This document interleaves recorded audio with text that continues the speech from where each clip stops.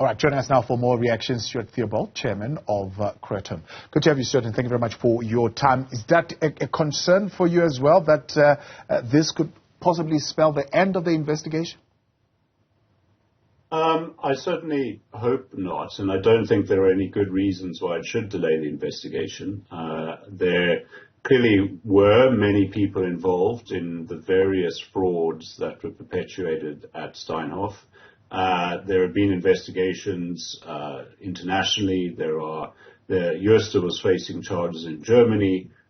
Investigations in South Africa are ongoing, and they will focus on other individuals who were close to Jooste and part of this fraud. There's no doubt that others were there. And indeed, we know that the arrest that Jooste was facing, he was not alone. It was also his company secretary who was facing arrest tomorrow.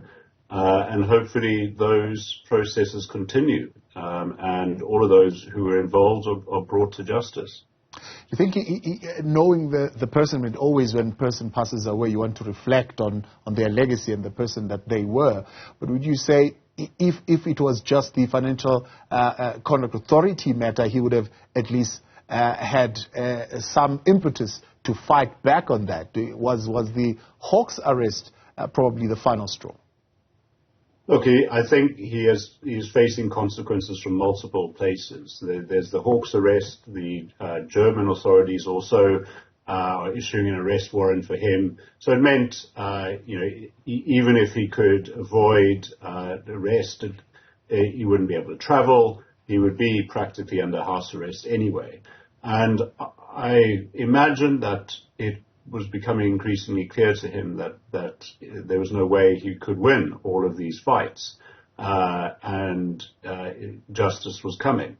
I do find it surprising that he took this step. He never struck me as somebody who would give up the fight, but I guess his view was better to avoid it than to go ahead into something where he really had no prospect of success ultimately. Now, you've covered financial services for many, many, many years. Is this something particularly unique, or have you seen worse elsewhere in the world? Look, in the South African context, I think this is quite unique. We've certainly had frauds. We've certainly had companies being collapsed because their leaders have misled the public and their investors, but nothing at this scale. This was a global fraud. It ranks up there as among the biggest in the world. And it took many people along the way. Many very smart investors were fooled by Jooste into believing that they were backing a real winning company. And the collapse was spectacular. The billions of dollars of value that were destroyed when it became known that fraud was riddling this company. And that destroyed value for many, many savers, people's pension funds, but people who owned the shares directly, the thousands of people who worked within Steinhoff, whose livelihoods were taken from them. So there were a great many victims here, perhaps more than any other fraud that we've seen perpetuated in South Africa. And it had global ripples. Steinhoff was a major operator in Europe in particular, also in the United States. And there were many consequences for people, for suppliers who lost out in that fraud, who lost money as well. So this really has been a dramatic, precedent-setting disgrace for corporate behavior that will remain a dark moment for South Africa's corporate reputation internationally. Yeah. You retweeted our earlier breaking news tweet or X that we put out, and I'm sure you've already seen the kind of reaction and the movement that has happened on that particular post. Many South Africans believing that this is a way of avoiding accountability. Yeah, there does feel to be something cowardly about it, that it is exactly that, avoiding accountability. On the other hand, this is a bizarre and perverse justice in a sense. I think, someone dying by suicide is never a good thing. It is always tragic. In this case, it was about avoiding accountability, avoiding the public humiliation of it being proved that one person committed a grave injustice to so many people.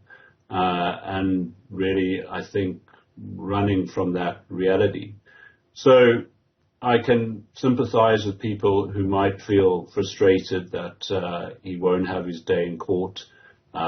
He takes to the grave lots of information that might have helped prosecutors in investigations against others.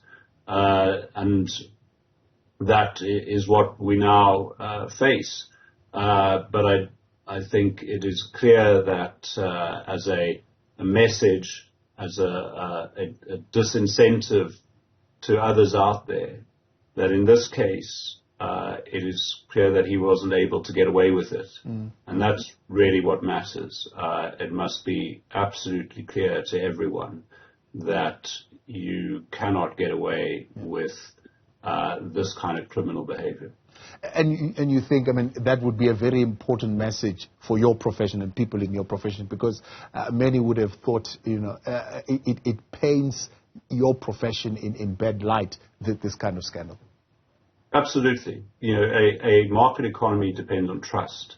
You have to know that the numbers that you see are real and reliable.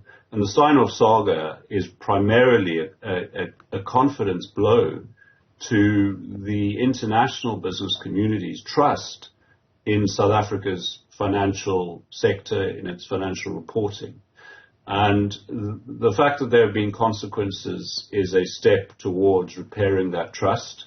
It is also really important that we are able to demonstrate that we can investigate and then prosecute white-collar fraud of this sort. That is critical for there to be trust in contracts and in the numbers. We need to restore that trust in South Africa and restore trust in the accounting profession overall and in financial reports that are made.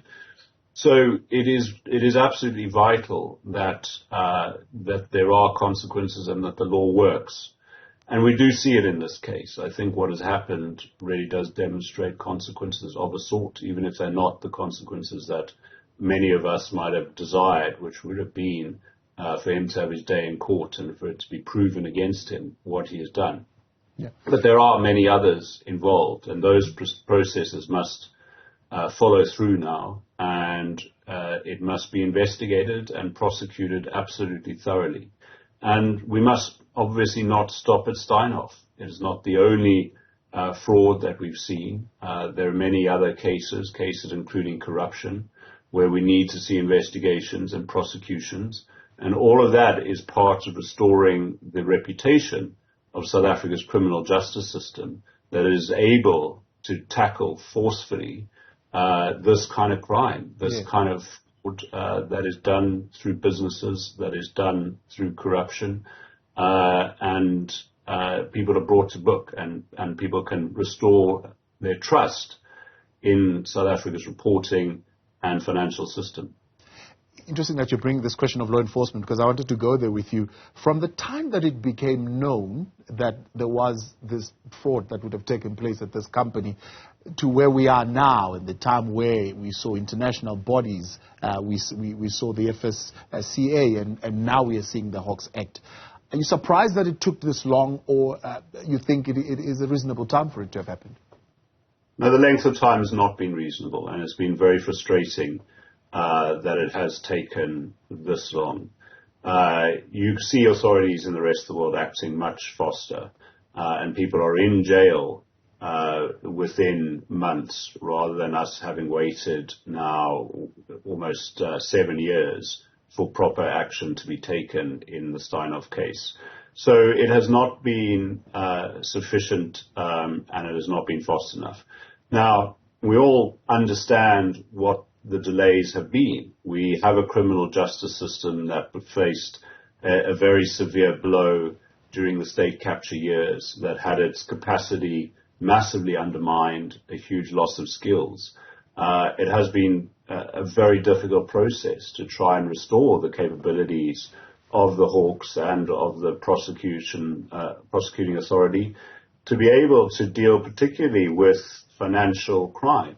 Financial crime requires a certain skill set, and it's a relatively rare skill set. And to restore those capacities within both the investigating and prosecuting authorities has turned out to be a very difficult task in South Africa. So the delays are really linked to that, linked to a capacity problem, linked to how these institutions were damaged by state capture.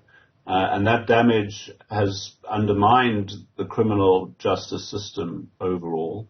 And the delays in dealing with Steinhoff is just one of many consequences. But to that, you can also add delays in dealing with the legacy of state capture and those who've been identified in the Zondo report and elsewhere who have similarly been able to evade justice so far. But I think the fact that the Hawks were now acting on Steinhoff is a positive signal that the criminal justice system and its capacity to investigate is being restored and action is being taken. And we certainly need to see that followed through. And I hope that we do get more high-profile arrests connected to Steinhoff, but also other cases, and that we do then, perhaps at least as importantly, if not more importantly, get successful prosecutions and people put behind bars. Dr. Stuart Theobald, appreciate your time. That's the chairman and founder of Krutham there.